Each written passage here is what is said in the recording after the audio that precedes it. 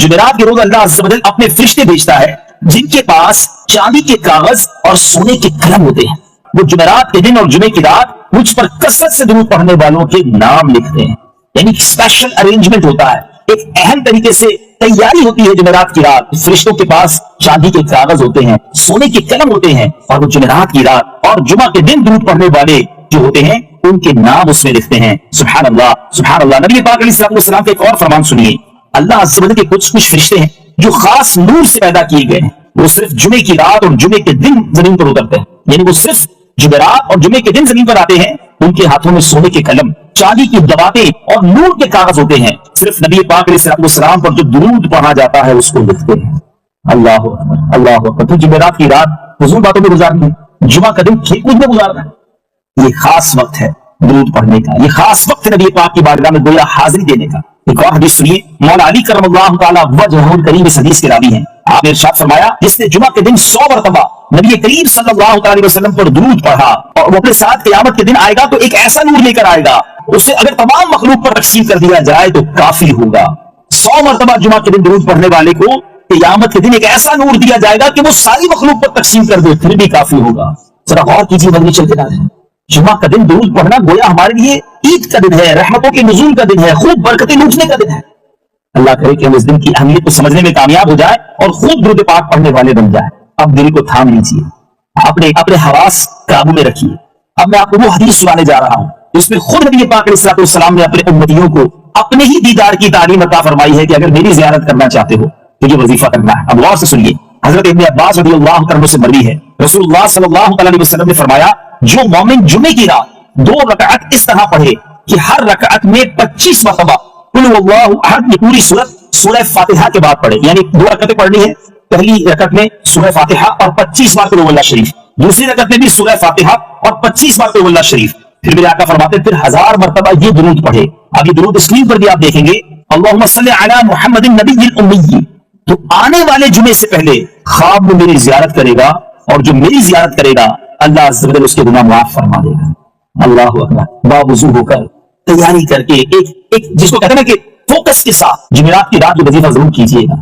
انشاءاللہ اللہ نے چاہا ضرور کرم ہوگا. میرے آقا بڑے قریب ہیں اور جب انہوں نے خود ہی یہ تعلیم دی ہے مجھے بہت امید ہے کہ نہ جانے اس کی قسمت کا ستارہ چمک اٹھے اور ہمارے بہت سارے ناظرین کو نبی پاک کی زیارت نصیب ہو جائے. سیدی مفتی اعظم مصطفی رضا خان صاحب بول دیتے ہیں نا, کچھ ایسا کر دے میرے کردگار آنکھوں میں ہمیشہ نقش رہے روح یار آنکھوں میں.